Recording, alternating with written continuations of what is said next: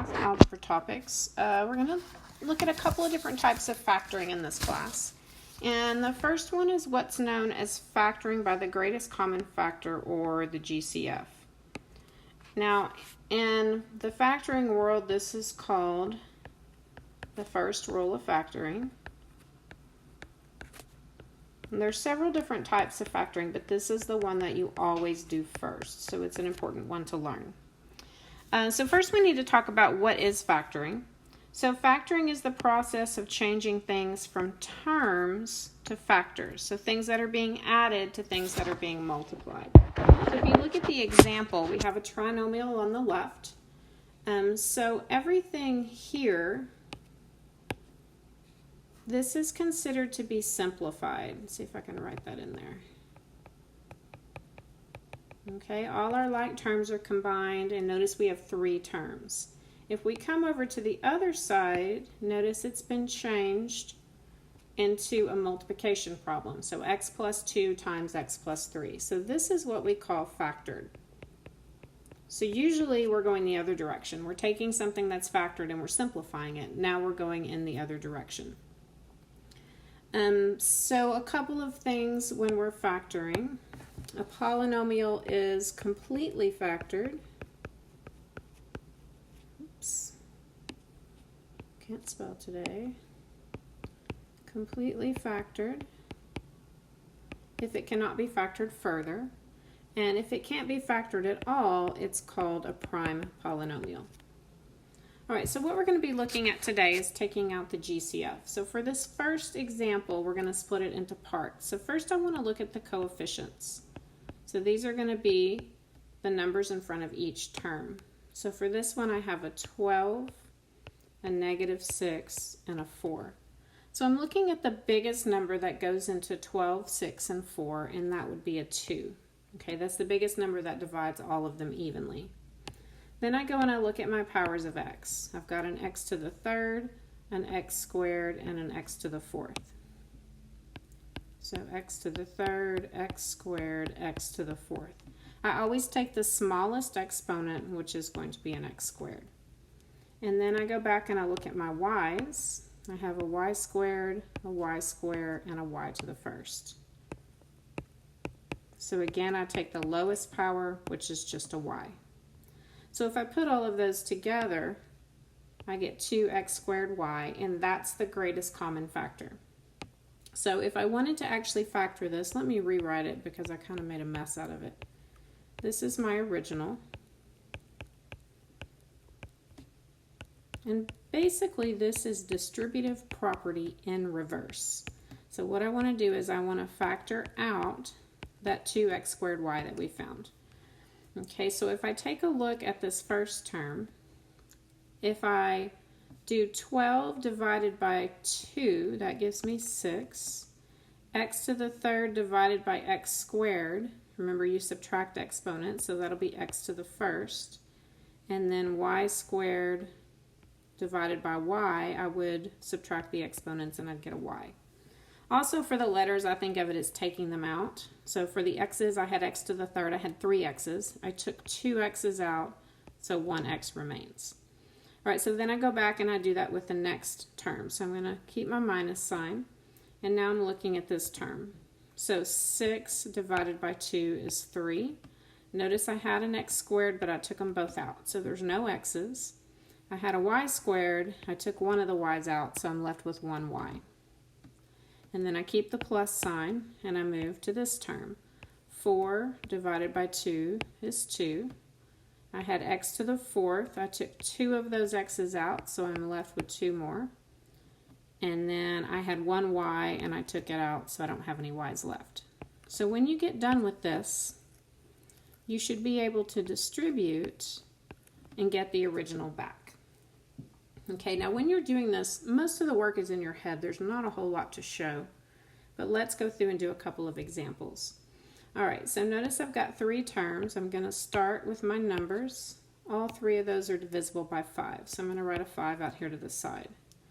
Then I'm going to go back and I'm going to look at my x's. And I want the smallest exponent, so that's going to be x to the 3rd. And then I go back and look at my y's. Notice that there's no y here. So that means I can't take a y out. So this is going to be my greatest common factor. So that's what I'm going to take out. So this is just distributive property backwards. So 10 divided by 5 is 2. I had an x to the 6th. I took 3 x's out, so 3 are left. I didn't take any y's, so the y's stay the same. Then I moved to the middle term.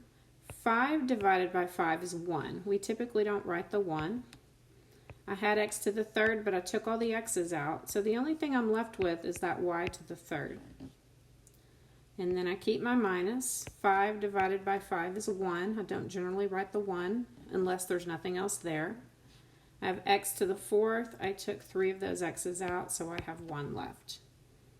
All right, and then that would be your final answer. All right, so let's try this one. Notice the leading coefficient is negative, so I'm going to factor out a negative. We generally do this because when we get to the trinomials, we're going to try to factor again, and the negative is a little bit of a problem. So if I look at my 3 numbers, they're all divisible by 3, so I'm going to factor out a negative 3. And then when I look at the x's, my lowest power is just an x. So I'm going to take out a negative 3x. And what this is going to do is it's going to change my signs. When you factor out a negative, it changes the signs. All right, let me go back to my blue. So this negative went away because we took it out. We took the 3 out. We took one of the x's, so we're left with x squared. Now this plus changes to a minus. So think of it as 6 divided by negative 3. That would leave me with a minus 2. And I took one of those x's out, so I have 1 left. Once again, if I think of 12 divided by negative 3, that'll be negative 4. And then I had an x, but I took it out. All right, so then this would be factored. Okay, so let's try the same thing on number 4. I'm going to take out a negative 7, and then they all have at least one x, so I'm going to take out an x. So negative 7x. Negative 7 divided by negative 7 is positive 1. And then I had 3 x's. I took 1 out, so I'm left with x squared. 14 divided by negative 7 is negative 2. I took out one of the x's, so I have 1 left. Now negative 21 divided by negative 7 is positive 3. The x came out, so now I'm factoring. Now we're going to talk in the next section about how to factor these trinomials. All right, let's try number 5. Let's see, 12, 18, and 24. I think I can take out a 6. Notice there's no x there, so I can't take out any x's. So all I can do on this one is take out a 6. So 12 divided by 6 will be 2. The x's stay the same. Negative 18 divided by 6 is negative 3. The x stays the same. 24 divided by 6 is a positive 4. Now it's really important when you do this that you take out the biggest number that you can. So right here, if I had factored out a 3 instead of a 6, that would be incorrect. You always want to take out the greatest common factor. All right, so let's move on to number 6. If I look at my coefficients, I can take out a 2. My lowest power of x is x to the first. My lowest power of y is y to the first. So I'm going to take out a 2xy. So 8 divided by 2 is 4. I took that x out and I took one of those y's, so I have a y left. And I have a plus. 4 divided by 2 is 2. I took out one of the x's, so I have x to the 4th. And I took the y, so there's no y's. Then I have a minus. Negative 2 divided by 2 is 1. You can write the 1 or not. It really doesn't matter. I took one of the x's, so I'm left with an x squared, and I took the y. Okay, so that's as good as that one gets. All right, let's try 7. It looks like all of those numbers are divisible by 4. My smallest power of x is x to the 4th, and my smallest power of y is y to the 1st. All right, so 16 divided by 4 is 4. I took out all of those x's and one of the y's, so I'm just left with a y.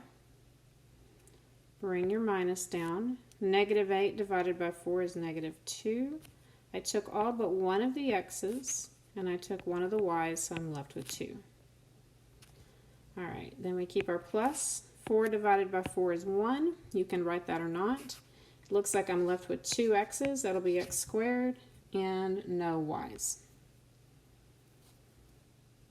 All right, number 8. Let's see. I can take out a 3, and I can take out an a to the third. So that would leave me 2a to the third. Remember, I had 6 a's, and I took 3 of them out. Plus 3, and looks like I would have 2 a's left, so a squared. Then minus 4, and I took all those a's out, so no more a's. All right, our last one. Notice that I can't take any numbers out. I have a 4, but then I have a minus 1 and a minus 1. So all I can do on this one is take out an a to the third. So the 4 stays. I took 3 of those 8a's, so I'm left with 5. Minus, I took 3 of those, so I'm left with 2. Notice right here, I'm taking everything out, but it's important. I can't just close my parentheses, because if I do that and distribute, I'll get the first 2 terms back, but I'll lose the third one. So I need to be careful about that. What I need to do is think of it as division. A to the third divided by a to the third is 1. So now if I distribute it, I would get the original back. All right, our very last problem gives us a formula, and it asks us to factor out the GCF. So it looks like I can take out a 2. Now notice on the L's, I have an L here. I don't know if I can highlight just the L. I have an L here, but I don't have an L down at the end. Same thing with the W. Let me try a different color pen this time. I have a W here and a W here, but I don't have a W in the middle. And then when I do the H's, I have H's here and here, but no H here. So I can't take out any letters. All I can do is take out that 2. And then the letters are going to stay the same. So LW plus LH plus WH. So on that one, your only GCF was a 2.